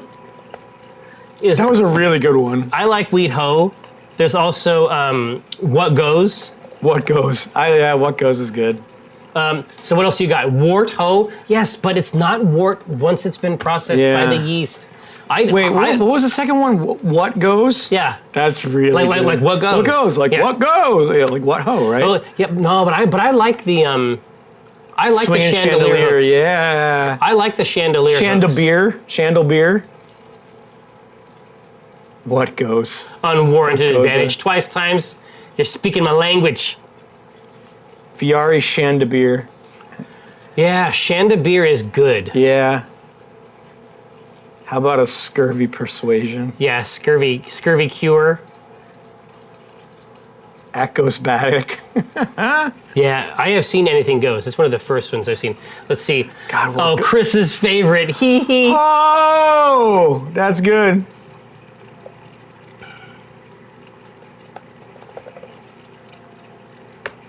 Chandelier hanger. Yes. Yeah. Shit, these are all great. Oh, you're right. If you're gonna do a chandelier, it should be a shandy. That's a good idea. True. We could do another VR one and do a shandy. Goes up, goes down. Yeah, what goes up is good. Chandelier. Blackmail Perkins. Snake's Kiss. Unwarranted advantage. There's a case to be made. Whatever. I feel like There's that's Chris's line. It's like, whatever. Yeah. There's a case to be made. Charisma Potion. Damn. The red-haired stranger. All right. We got some good ones in here. Viari Chandelier. I like that, and we may have to do a shandy for. Yeah, we'll do a shandy. We'll do a shandy for We'll do a Viari. shandy proper. That's fantastic. All right, so we'll throw out some juice there. Oh yeah, what about Biari? Did we put that on? Oh, I put it up at the top. Okay. We went. That sucks too bad. I can't be party to that. A pot goes some lips. stagger. Yes. Luster. Because we'll call it book 3. Oh, book 3. Oh no, no, God, that would kill him. Oh. A goes in repose. Chris's favorite is a good name. Yeah. What goes also very good. What goes is fantastic. Quoth light from Chris's intro video. Delish. Oh man, they're all really good. What goes? What I a like. winner. I'm not playing favorites, but It's damn. a winner, kid. Like, it's not up to us anyway. I know it's not. There isn't even a mechanism for us to do it. Now look at here. This is what we Wow, want to do. Unwarranted Look at advantage. Unwarranted Advantage and What Goes Wow, look. are locked in a death grip. This is the best. Oh man, what's funny is Ooh. that for individual ingredients, you might not get the full vote. Now people are coming in. They want out, a part of this. yeah. They want to do battle. What Goes is still ruling the roost. Oh, that's cool. I think we need to revote with the leaders. That's a good idea. Because Can do. we're kind of splitting the Can do. party. Very, very. You criminal. That is very, very easy to do. In fact, I'll just get that going right now. So What Goes, an Unwarranted Advantage. Easily done. This has been the biggest fight of the naming Easily. yet. Easily. We had sort of a Ross Perot scenario. That's where you're going with this? All right, Precious Channel. Take a look at that. Whoa! Oh, salt, no question. No question. One of the best name choices Oh, ever. Deep Crow Stout. That's a good one we could do. Yeah, because we can go to beasts. Like a displacer beast. Well, no, Why have we need to there's do like so many, there's but, so many but again, fun but there's so many beasts and there's so mind many flayers, beasts. Myconids. Oh, definitely. All the stuff we've written, you But know. exactly, but we have a lot of custom beasts. Like Elder that- Brian. Like the Elder Brian, Motherfucker needs a beer. the tame mimic, Yeah, right? exactly. The cistern. exactly. Yeah, the mimic door. Oh, the door. Oh man. Good God, voters coming out of the woodwork on this yeah. shit. Displacer yeast, you nerd. Ah, that's good. I love it.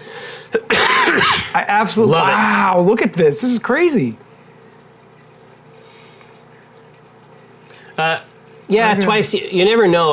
One of my favorite beers ever is called Accumulated Knowledge. And yes, it is difficult to say Yeah. after you have had it. Which is kind of okay. Yeah, it's true. Verbosity is definitely in VR's skill set. Pretty sure Unwarranted Advantage came out on top of this one, friends. Wow. All right, now we have one more task for today's episode of Act In, and that is to choose next week's beer. I have the beer holder. Yes. Now, we have something that we really like. Here's the characters that we think would be a good combo. Now, any characters out on there came out on hop. Nice. Yeah. Definitely a Myconid. Eggy themed brew. Yeah, but a Myconid beer. Yeah, if you kombucha. did a kombucha, Yeah. it would be a perfect mix. I mean, that's what we try to do, right? Right. Is we want to try to tell a weird story in here with that stuff. Owl beer. Ha! Cranium vat. Yes. So we need. So a Myconid, you're suggesting? That would not be. That would be an easy one. I could show you how to do. I can show you how to do kombucha. Easy as pie. Oh, Trevor. Yeah. Trevor's classy, but here we are. Here is the poll for next week. I mean, and the coriander. I mean, there was a whole discussion in the woods about coriander. We had a substantial conversation about what would constitute a coriander, what the manifestation of coriander is in the context of mouth liquids. Right. As they say. And I feel like we could do something very special for that. Obviously, you will be consulted at every turn. Well, but we got some big ideas in terms of the base style and some of the additions. Well, let's talk about the base style next and let them pick. Exactly. I'm pretty sure Coriander's Coriander got this won. one. Let's just admit that. I mean, he's a first-class horse. You got to feed that fucking horse. You got to feed that goddamn horse. right now. So let's talk about the ideas for the the style of beers that we had. The first one that came as we were walking down this path in the woods, Yeah. we said, oh, we've got to do a golden ale. Now, give me a couple words for golden ale so they'll know what we mean. Sure. Well, We have not done one yet. we have not done a golden strong ale yet. But they are fun, they are delicious. Yes, so delicious. Let me see if I can find the proper definition for them, for everyone. Yeah. Geotelin, once we move into October, I feel like I may just have to go wild. We may just have to call it and say we're going to do a Trevor beer and then talk about what that would mean. Because the Doomgate Inn has a beer. we talked but about what's that too, Trevor, yeah. right? So Golden ale. a golden ale is going to be a hop-forward ale.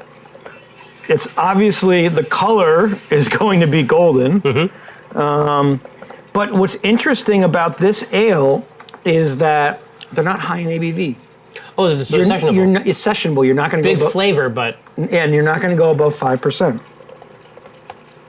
okay.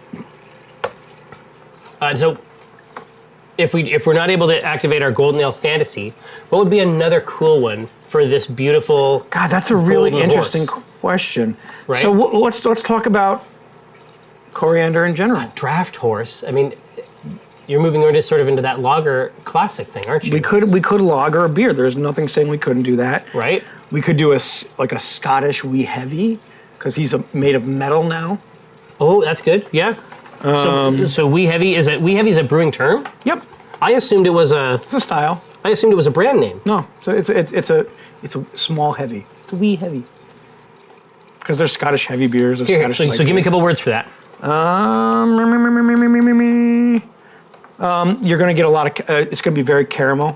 It's going to be thick and creamy, and caramel. But what else would be really, really good for? People want Scotch ales, but I think wee heavy would help in that. I love Scotch ales. Scotch ales I would put Scotch ale right up there. So let's do it. Let's just put it on there. What are you thinking? Give me some Scotch ale words, and then we'll. A real, just pure caramel. Medium bodied, caramel, clarified. Whereas your wee heavies are going to be, thicker and generally thicker and not as clear. But yeah, you can't see through that. there's actually a process, an actual process for the wee heavy where you take a little bit of the wort out, caramelize it, and then put it back in. Oh, you told me about this. Yeah. That's wild. It's called decoction mashing. But, that's why I remember that, is because I'd never heard the word decoction except for in The Witcher. Mm-hmm. Because there's a bunch of specific terms. I just assumed it was made up fantasy stuff. No, yeah, actual thing. A lot of the German beers are made to that way because it was part of the purity laws. Oh, yeah. Because you basically, there's certain things that you have to do or it's not beer. Yep. Right? Oh, man, we're coming back. Look at that color. Coming back for mash stage 1. It's going crazy in there, kid. But what's interesting, look at the clarity up top of the water coming in. Yeah. And then back down at the bottom. It's just fantastic. Good Lord. I agree. Decoction is a great alchemy. Oh, word, 100%. 100%. Well, look, it looks like. Wow, Golden Ale kind of took the lead at the end. Yeah, it's interesting, but I mean, it was a 3-horse race. No, but by the same token, I mean, I think that the Golden Ale, just what they like about it, obviously the flavor is going to be great. Feed that horse, but also there's the story aspect. Right. And we can play around with that. Yeah. And we have not told you what the coolest part of our plan for this Golden Ale is. And we'll go into that next week, obviously. No, I had no idea it was pronounced wort. Yep. But that makes sense. That Going makes to sense. word jail. Word jail. Wort jail. Wort jail. Now, hey, Precious Channel, Wait. looks like we figured it out. Yep. Golden Ale, working on Golden Ale for Coriander next week with some twists that we had not fully gone into last time. Now, we got a few questions, and then we will. And yes, we are doing a Mythos tale. We're doing Mythos tales right after. So, if for whatever reason you were not exhausted by us, we will do this for several more hours if you'd like. Wait, I love how Jeff is in the chat saying, Jeff, save what? the Scotch Ale for the Jeff brand beer. Hold on, listen, did you make an account just so you can, I could throw a rock and hit you, like, Jeff. Now, there we go. Hey, Wolf and PDX says, hey, will you show us how you pitch yeast? Maybe a post to the Twitters. Thank you. Absolutely. Sure. Totally painless. Oh, yeah, actually, you have a chance to talk about the special yeast. Yeah. I've never seen this before. So there's a lot of different ways yeast come. You can get it dried. Mm-hmm. You can get it in smack packs, which I think we've shown you. We've shown you smack packs. This is a new form that's been coming to market. It's just in essentially a little can. Pressurized can. Like a pressurized can. You shake it up. You does crack it. Does it have nourishment in there? Yep, there's nourishment, and then there's the thick yeast cells, which will awaken them. Yeah. And then you crack it, and then just pour it right in once you've gone down to 70 degrees or whatever temperature you're pitching. Yeah, once it gets safe. But I always recommend that whatever yeast vessel you're using, you dunk in sanitizer first, just to be on the safe side. It's a good idea. I mean, because this is a can, it's been traveling, it can be blah, blah, blah. anywhere. It could have anything on it. Sanitize everything. So all you really do is just crack it and pour it in. There is, which I haven't done because I don't want to have to transport it from home. You can generate yeast the night before. Yes. So you mix it up. You get an Eatermeyer flask, which basically looks like just a big Bunsen beaker. Yeah, so if you want to go alchemical for real. Mm-hmm. And so with this beer, with Strix's beer, it needs 200 billion yeast cells. Now, a normal smack pack gives you 100 million, or 100 billion. Yeah. And what you do is you take this flask, you put in some cooled wort, just a little bit, pour in the yeast, and then then it gets going, and they double their yeast cell. They'll do the work. Yeah.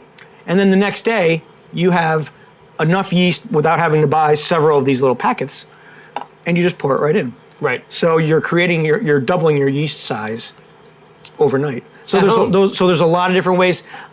One night I'll do that when I'm doing a brew at home, and we'll show you what that looks like to cultivate your own yeast. Hey, so FOD, when you're saying, hey, at one point you'd shake a bag and listen to it, we're talking about the smack packs. So inside that sealed bag, 100 billion cells, you smack it, and there's an extra bag inside there that releases extra nutrition for the yeast, and then you can actually see that bag inflate with the action of the yeast right there. So that's the smack pack, which is connected to this whole scenario. Yep.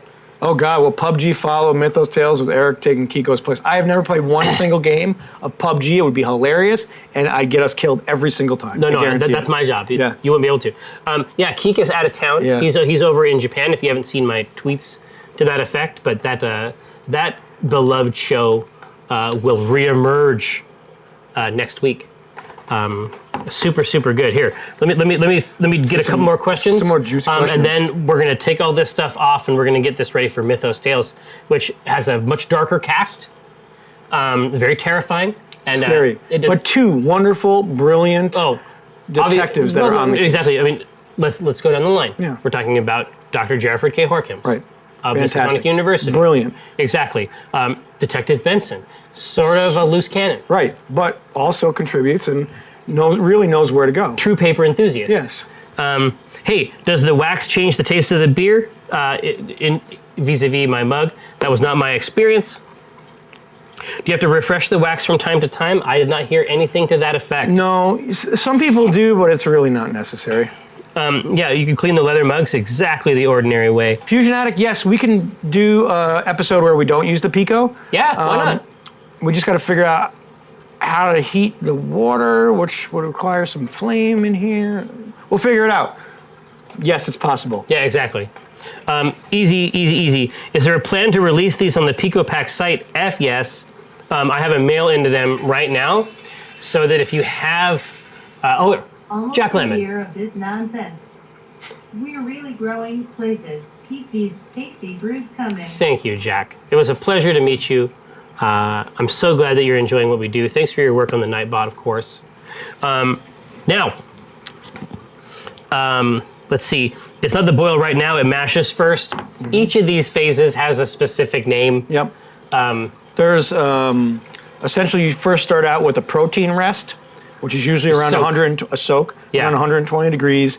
Then you go into a mash, which is around 150 to 160, or 148 to 158, depending on how you want to go. Oh my God, Faye's in the channel. Will next week's episode be in garb? I think maybe it should be. If it would please the Shadow Council, we would absolutely do it.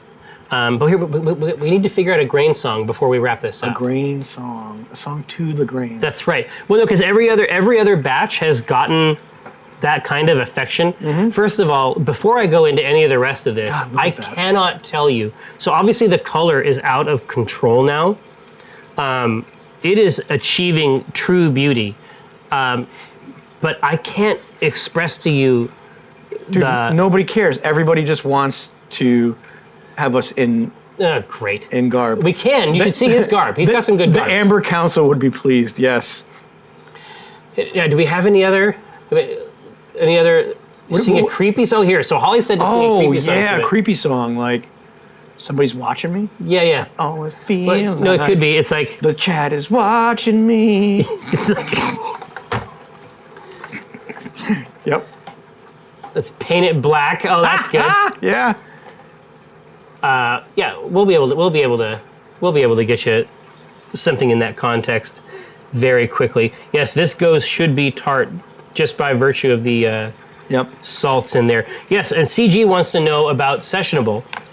What do you mean? Like what it means? Yeah. Sessionable, generally speaking, means around 4% alcohol by volume. 4 to 5 in that range. Anything below 5%. Yeah. The difference is substantial. 5.5 could be argued, but the difference is substantial. yeah. Compared to the beers I usually drink, it's like not having a beer. Right, because you can have you create a session of it. Mm-hmm. You're sitting down for a session of drinking, and you can have more than one and not be able to be... Exactly. Hey, do we have the ability to lager a beer? Yeah. Yeah, absolutely. So lagering, the real only difference right? is temperature. Yeah. Where an ale is fermented at around 68 to 71 degrees, you start lagering at about 55 to 52 degrees, and then you slowly bring the temperature down. And the yeast is different. The yeast eats at the bottom of the fermenter, where ale yeast is up on the top of the fermenter. That's right, Rich. So we have basically tasked these creatures. Let's see. But yes, we have the ability to do that, so we will. Well, you know what though? We could do for Trashed Witch. It seems like the right song would be like, "Ooh, witchy woman. Look and see how high she fly." Something like that? Something in that vein? I don't know. What? Did you disappeared there briefly? Come back. Witchy Woman seems like a pretty good... It's a good one. It's solid. It's on brand. It's in there? Yeah. So yeah, we will roll back in here briefly after we have prepared the space for a realm of absolute terror. We are indeed Joy Whitefire. Yeah. Agreed. God, I love that. That's still... I'm so glad that we are Joy still back in it. Hey, so like I say, we'll tear all this stuff apart. Thanks so much for coming, hanging out with us for the longest yet episode of Acquisitions Intoxicated. Obviously, come back next week to honor Coriander in a beverage context. I want to thank Holly for stopping through the channel. I want to thank Pat for letting us make a liquid based on his character. Much appreciated. We'll be back very shortly, and I'll see you then.